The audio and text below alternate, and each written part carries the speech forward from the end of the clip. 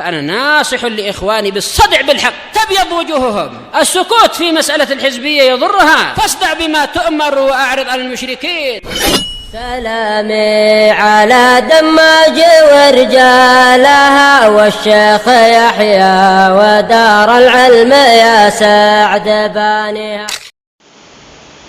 Bismillahirrahmanirrahim. Alhamdulillah wassalatu wassalamu ala Rasulillah wa ala alihi wa sahbihi wa man walah. Ba'd, sebelum kita melanjutkan bacaan berikutnya, seperti biasanya hadis yang pendek yang kemarin kita baca berkaitan masalah larangan membentangkan lengan bawahnya ke tanah atau ke lantai atau ke bumi dikarenakan ada unsur tasyabbuh dengan kalb, itu anjing. Hadisnya disetorkan lebih dahulu. Barakallahu fikum, tafaddalu.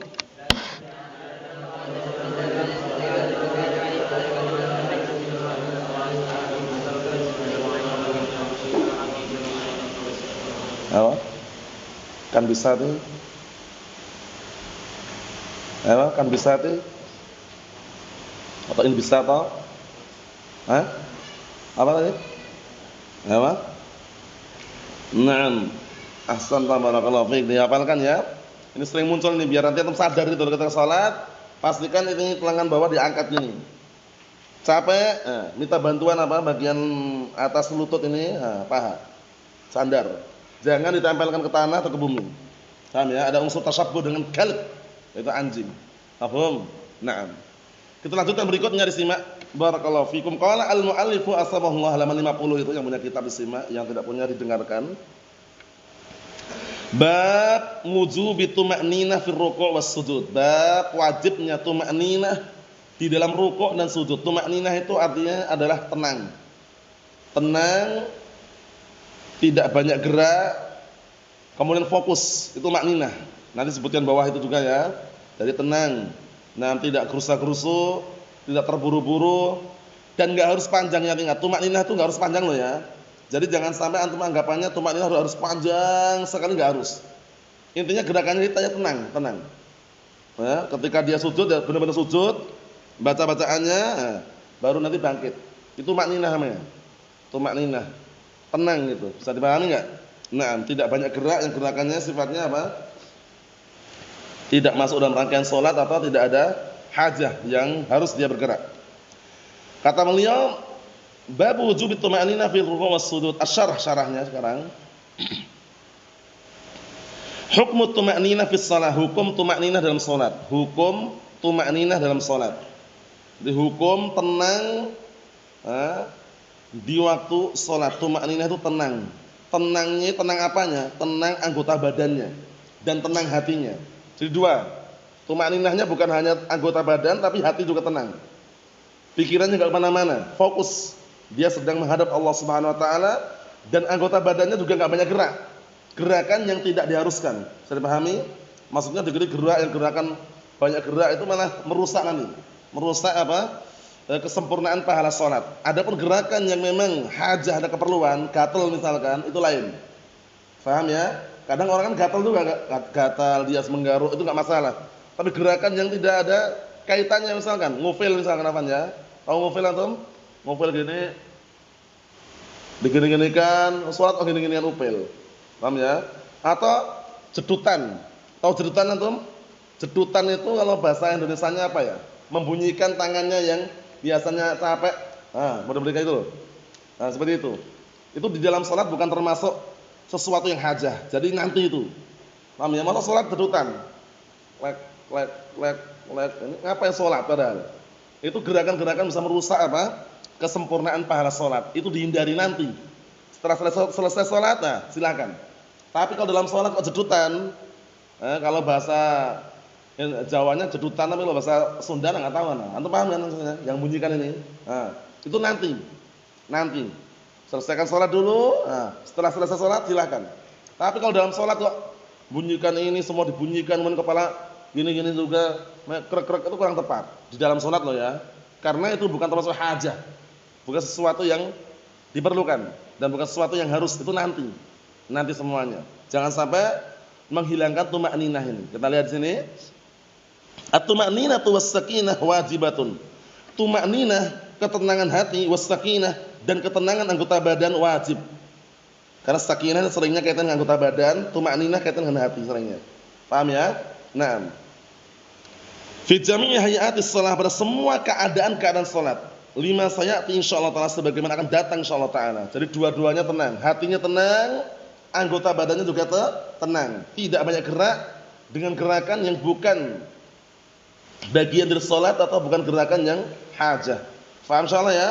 Naam. Hajah seperti gatal. Gatal yang sangat dan enggak bisa ditahan lah. Antum bolehlah gerakkan tangan, garuk-garuk. Paham ya? Tapi kalau gerakan di luar itu seperti ngupil tadi itu apaan? Ngupil ya insyaallah ya.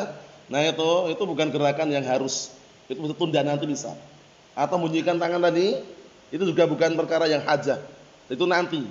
Paham ya? Jangan sampai tercoreng. Nah, barakallahu fi, dan merusak kesempurnaan pahala salat. Kita lihat wa dzakara ruku' was sujud duna ghairihima. Nah, dan beliau menyebutkan ruku' dan sujud bukan yang selain keduanya. Kenapa? Li'anna aktsaral ajalah taqa'u fihima, sahih. Dikarenakan kebanyakan buru-buru, ajalah terburu-buru terjadi pada keduanya. Seringnya rukuknya pendek, sujudnya pendek. Paham ya? Nah, maksudnya pendek ini dalam artian enggak ada tumakninah. Kalau cuma bacaannya enggak masalah. Paham maksudnya? Jadi Allahu Akbar langsung kan seperti itu loh.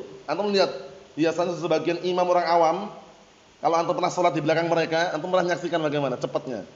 Antum baru mau sujud ini udah Allahu Akbar, cepat sekali. Kalau cuma bacaannya hanya membatasi 3, misalkan Subhana rabbiyal a'la, Subhana rabbiyal a'la, Subhana rabbiyal a'la, pendek memang, tapi dia kan tenang. Langsung bangkit Allahu Akbar, enggak masalah. Faham maksudnya ya?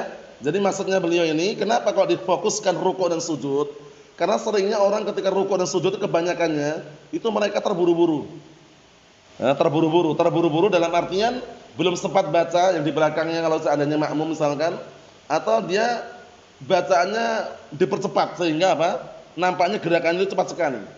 Padahal dua keadaan ini kalau memungkinkan bisa dipanjangkan, terutama kalau salat sendirian. Adapun kalau menjadi imam melihat situasi, kondisi dan tempatnya. Tapi terburu-buru jangan. Au annahuma min asyhari arkanis shalah, atau kedua-duanya termasuk rukun salat yang paling masyhur, rukuk dan sujud. Makanya kadang ungkapan salat secara full pun dengan rukuk kan, warka'u ma'ar raki'in. Itu rukuk tak atau salat full? Salat full. Padahal lafaznya rukuk itu loh. Ya kan? Nah, mafhum. Seperti itu menunjukkan bahwasanya yang paling masyhur dalam salat ini rukunnya dua ini, sujud dan rukuk ini, sehingga apa, barakallahu fik, beliau menyebutkan hanya rukuk dan sujud. Bukan berarti yang lainnya enggak ada, ada juga. Paham ya? Antum kan dengar ayat warka'u ma'ar raki'in. Itu kan lafaznya rukuk kan? Tapi yang diinginkan rukuk saja atau semua rangkaian salat full itu? Semua rangkaian salat. Mafhum? Kita lihat. Qala Allah azza wa jalla, Allah Ta'ala berfirman, ya ayyuhalladzina amanu ruk'u wasjudu wa'budu rabbakum waf'alul khaira la'allakum tuflihun. Wahai orang-orang beriman, rukuklah dan sujudlah. Ini maksudnya cuma rukuk tak, sujud saja atau full rangkaian salat itu? Full. Paham ya? Full rangkaian salat itu. Mulai takbiratul ihram, Allahu Akbar, sampai salam. Assalamualaikum warahmatullahi, assalamualaikum warahmatullahi. Wa'budu rabbakum, dan sembahlah Rabb kalian. Waf'alul khaira la'allakum tuflihun, dan kerjakanlah kebaikan agar kalian menjadi orang-orang yang beruntung. Wa tahsul tuma'ninah bi amrayn, penting ini. Yang namanya tuma'ninah, ketenangan itu terjadi dengan dua perkara. Dengan dua perkara, penting ini ya. Tuma'ninah, ketenangan terjadi dengan apa? Dua perkara. Tuma'ninah kadang-kala disebut dengan khusyuk juga. Khusyuk. Paham ya? Nah, seperti itu. Kita lihat, al-awal pertama, tuma'ninatul qalb, tenangnya hati. Hatinya tenang, enggak mikir kemana mana. Salat ya fokus salat, enggak mikir hutangnya, enggak mikir ada masalah, enggak mikir yang namanya syaitan. Itu senantiasa mengganggu kadang-kala. Nah, kalau kita enggak menepis, kadang terpikir kemana mana. Salat mikirnya hutang, salat mikirnya kerjaan, salat mikirnya barang hilang, salat mikirnya makanan. Macam-macam syaitan menggoda itu ya. Nah kata beliau yang pertama, lihat, tuma'ninatul qalb. Yang pertama adalah tenangnya hati. Hatinya ditenangkan. Min adamil waswasah fis shalah. Dengan apa contohnya kata beliau? Berupa tidak adanya waswasah, bisikan-bisikan syaitan di dalam salat. Waswasah ini bahaya sekali. Antum mungkin pernah menyaksikan atau mungkin pernah melihat atau mungkin pernah merasakan yang namanya waswasah ini barakallahu fiik. Pertama, seringnya memperlambat ibadah. Benar enggak? Kedua, kalau beribadah dia enggak tenang. Nah, waswasah, jangan-jangan sujudnya baru sekali padahal udah 2 kali. Nah, kemudian memperlambat ibadah bagaimana? Orang udah salat dia masih wudu. Karena merasa wudunya itu belum apa? Belum kelar gitu loh. Padahal udah selesai sejak tadi tapi merasa kumur-kumur aja 10 kali, kumur-kumur tok loh padahal 10 kali itu bayangkan ini. Was-was. Makanya was-was itu obatnya enggak dijual di apotek. Obatnya di mana? Apa obatnya? Berpaling. Berpaling itu enggak usah menghiraukan was-was tadi, udah. Ditahan, ditepis karena syaitan mengganggu seperti itu. Paham? Kalau belum bisa mengobati itu, antum saksikan bagaimana orang-orang yang diuji dengan was-was. Mulai pakainya basah semua, ya kan? Padahal pakaian bisa dikatakan kering lah awal mulanya. Basah kenapa? Kena air wudu gitu loh. Paham ya? Wudu sampai kumur-kumur berkali-kali, kemudian cuci muka aja berkali-kali juga, kemudian rambut aja berkali-kali padahal cuma sekali aja aslinya. Ya kan? Belum salatnya. Salatnya ada was-was lagi. Jangan-jangan ada yang keluar ya. Padahal enggak ada yang keluar gitu loh. Jangan-jangan itu was-was berarti. Keluar dia ke belakang. Nanti di belakang wudunya lama lagi. Ya kan? Orang udah selesai salat, assalamualaikum warahmatullahi, assalamualaikum warahmatullahi, baru masuk. Memperlambat atau tidak? Nah, itu ujian. Kalau antum lihat kitab yang bagus yang ingin melihat kisah-kisah orang yang tertimpa was-was, kitab apa kemarin? Talbis Iblis, karya siapa? Ibnu Jauzi. Rahimahullah, bagus sekali kitabnya. Was-was mulai dari orang diuji was-was ketika bacaan salat, ketika mandi janabah. Yang jelas itu kalau kita rasakan sangat meresahkan, was-was meresahkan untuk diri dia. Dan kadang-kadang melihat orang lain pun meresahkan juga. Maksudnya, kok orang ini kok wudunya lama sekali gitu loh. Ya kan? Nah, bahkan ada enggak kira-kira was-was makan? Jadi orang ini ketika makan ada was-was.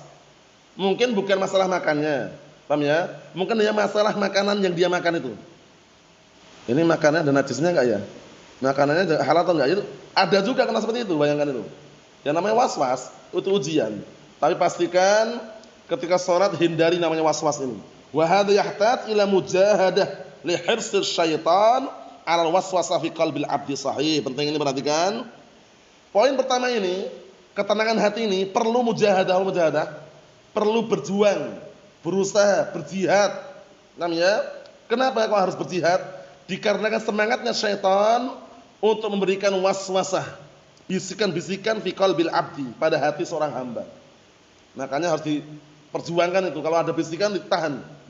Jangan. Antum enggak perlu mengucapkan tapi buktikan dengan perbuatan, dalam artian jangan hiraukan bisikan syaitan tadi. Paham? Termasuk yang kadang mungkin antum merasakan juga ketika kehilangan barang di luar salat mungkin dia lupa naruhnya di mana. Tapi ketika dalam salat ingat kadang. Benar enggak? Ya kan? Nah, itu yang mungkin aja termasuk ujian juga, dalam artian memang kadang terjadi seperti itu gitu loh. Kenapa kok ketika sholat malah ingat itu loh? Paham ya? Sedangkan ketika di luar sholat nyari-nyari kemana-mana nggak ketemu barangnya. Nah, maksudnya fokus ketika sholat ya, pastikan fokus, tidak tercampur dengan yang lainnya. Setelah sholat silakan. Adapun ketika sholat tuma'ninatul qalb. Yang kedua, as-tsani, yang kedua, tuma'ninatul jawarih, ketenangan anggota badan. Jadi tuma'ninah, ketenangan dalam sholat itu dua. Pertama, tuma'ninatul qalb, ketenangan hati. Yang kedua, tuma'ninatul jawarih, ketenangan anggota badan. Jadi hatinya tenang, anggota badannya juga tenang, enggak banyak gerak. Kecuali gerakan yang bagaimana? Yang ada unsur hajah, keperluan yang sangat. Kita lihat, wa huwal murad bihi fi hadzal mautin, dan ini yang diinginkan di tempat ini. Kalau hati kan, perasaan hati itu kan kaitannya dengan dia dengan Allah Taala kan, orang enggak tahu kan, orang enggak tahu apakah salatnya karena Allah ikhlas atau karena si fulan si alan enggak tahu kan, tapi yang diinginkan di sini tuma'ninah di sini adalah tuma'niyatul jawarih, anggota badannya. Tidak banyak gerak, ya kan? Kalaupun ada gerakan, yang gerakan sifatnya harus mungkin hajah atau yang semisalnya.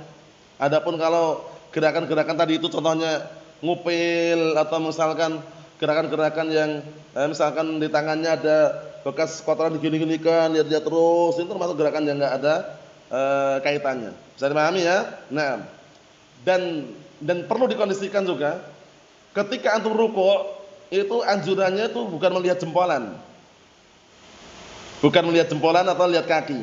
Lihat arah sujud. Karena ada yang sebagian mereka kepalanya nunduk sekali gini, lihat jempolan, lihat kaki gitu, lihat kaki, kok kakinya kok miring, kok kakinya kok ada jempolannya, kok ada korengnya, ada lukanya. Itu salah. Itu salah. Kenapa? Karena anjurannya melihat arah sujud. Jadi kalau antum rukuk jangan kepalanya terlalu gini. Lihat ke bawah kaki sebelahnya, kok kaki sebelah kok kecil punya kok besar. Itu sudah apa? Sudah mencoreng. Lihat arah sujud, tempat sujud. Bisa dipahami enggak? Nah, itu penting sekali ya, karena mungkin antum jumpai dan mungkin pernah merasakan seperti itu. Salah. Itu salah ya. Lihatnya ke arah sujud, tempat sujud tadi itu. Mafhum? Jempolan kaki itu enggak usah dipedulikan. Nanti itu. Paham ya?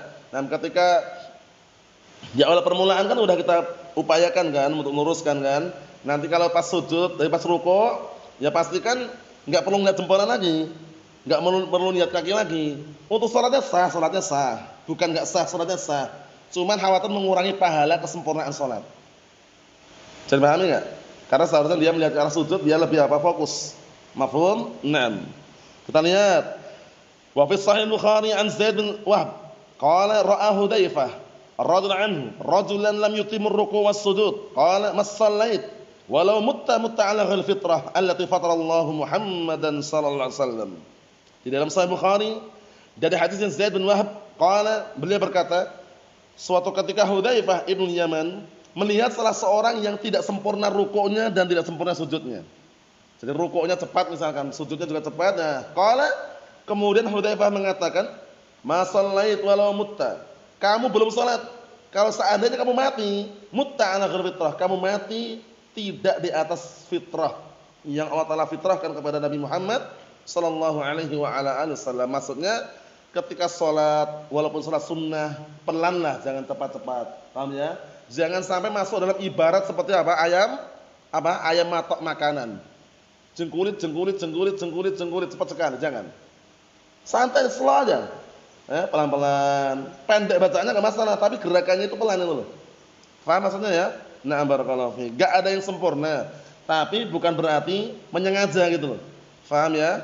Jadi jangan pernah merasa wah paling sempurna salatnya. Belum tentu juga, yang namanya orang berusaha. Berusaha untuk apa? Sempurna sesuai dengan dalil yang ada, diprediksikan, bukan bermudah-mudahan. Mafhum insyaallah ya? Ini kaitannya masalah salat.